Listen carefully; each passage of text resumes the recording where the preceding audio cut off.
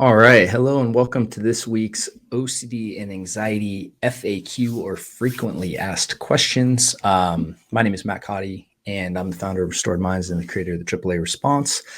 And so on this, I titled this particular episode, How to Change Your Relationship with Your Thoughts. But it comes from a question where the question is it was kind of loosely translated. How do I allow my mind not to look at the face value of thoughts and form an instant conclusion? And it was just kind of a wordy question, so I kind of condensed it a little bit. But that's to the viewer who submitted that question. I just wanted to let you know that's where this question was drawn from. And because at the heart of the question, it really is like, my thoughts are saying this, it freaks me out, right? And generally, we're talking about intrusive thoughts. And how do I not take that seriously? What do I do with that, right? What do I do with these thoughts? And so real quick, before we dive into the question, there's some links down in the notes below if you're looking for resources. There's also a place where you can submit a question in the notes if you have a question that you'd like to be considered for a future episode. So please go ahead and do that. And then also, as always, please help us out by liking and subscribing and leaving a nice comment or review on iTunes or Spotify. So, how to change your relationship with your thoughts? Well, and this is something I talk about in chapter 6 of my book, From Stuck to Unstuck. The only way to really do this effectively, in my opinion, is to shift consciousness. Meaning, if you believe you are your thoughts, then stands to reason that you have to just, if that's who you are, then you kind of just follow them blindly. If they say, hey, check your phone, you just check it, right? If they say, do this, or, whatever it is, it's like you kind of just blindly follow whatever the mind says. And then what consciousness is really understanding that, like, hey, I hear these thoughts. Like, you notice these thoughts. Okay, well, again, when that goes into the question, who notices them? You do, right? So if you notice something, you can't be that thing, right? Like, if I notice a tree that I'm walking by, I can't be the tree because I notice the tree. There's a subject, me, and an object, a tree, right? I can't be the same thing, right?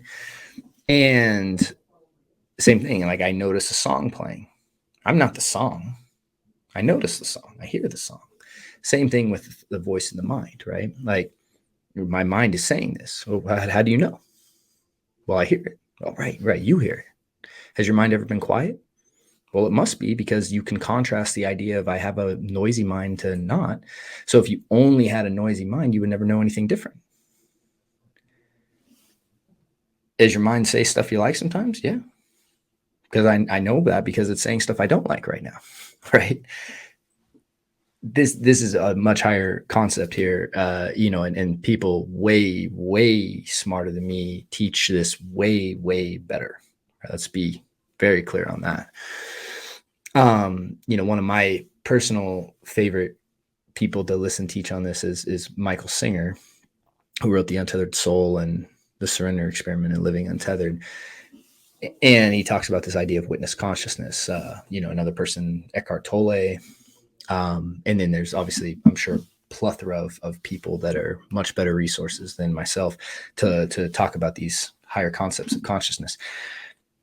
But once we understand that there's a levels of consciousness that we can tap into, and we really are like the witness of the mind, then what we can start to understand is, when does the mind get really disturbed? Well, usually the mind, most people, how they perceive it is these thoughts happen and I get anxious. What generally in my experience and in my opinion, how it works, again, it's a chicken and egg argument, but I actually believe that there's an emotion that happens first, that the thoughts happen as a result of the emotion in the body, and that can activate more of that emotion to where we really start to notice it. This is why, like, certain things will trigger us, right? We might walk into a diner and get triggered, right? That emotion happens, and then the mind comes up to justify why that emotion exists. And so with the intrusive thoughts, generally there is anxiety and fear usually already going on in the body, and that intrusive thoughts tend to sprout out of that, and then they cause more anxiety, and we falsely presume that the intrusive thoughts themselves are the problem that we have to deal with. And that's why when you start to understand, like the book Letting Go, and Hawkins talks about, like, look, when there's an emotion in the body, it can produce hundreds of thousands of thoughts. And when we actually just feel the emotion, right,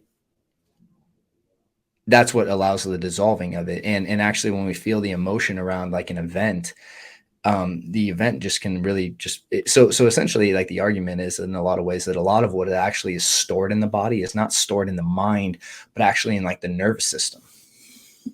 And when we feel the emotion of the experience, that's, instead of paying attention to the thought, but really feel what's going on in the body, that's what kind of allows this dissolving, so to speak.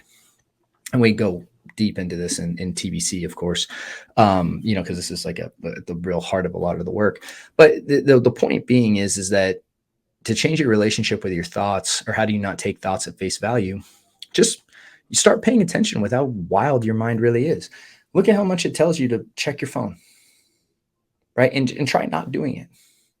Like, I think Mark Freeman talks about that in his book. Mark is I think he wrote the book, You Are Not, I believe it's You Are Not a Rock. He has a great YouTube content channel. And again, I get nothing for promoting any of this stuff, by the way. Like, I'm just sharing, resources that I think are good, obviously, that are alternative to things I provide. And when it comes to noticing the mind, though, it's like a lot of what happens when our body feels calm, usually our mind reflects that. And so when your mind is feeling very disturbed and you're noticing all these thoughts, notice that this probably what's going on actually is that there's a lot of emotion in the body, right? That essentially the mind is almost in some way trying to protect you from or distract you from. And because it believes the emotion is dangerous or can't be felt, or, whatever it is.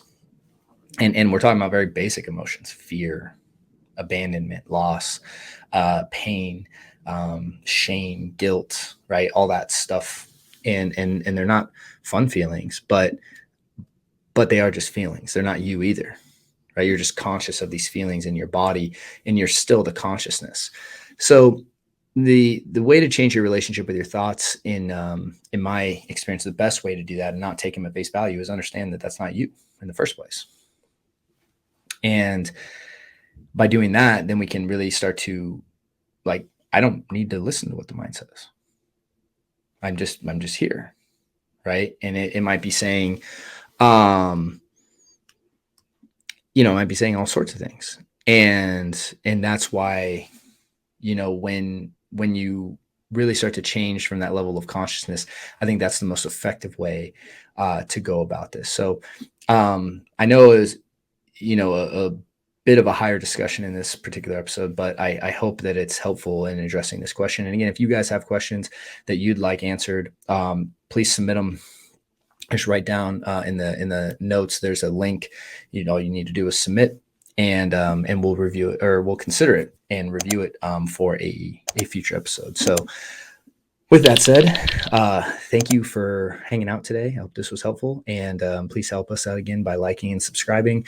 Again, resources for you are found over at restoredminds.com, or there's some links down in the notes as well. And with that said, I look forward to seeing you on the next episode. Take care.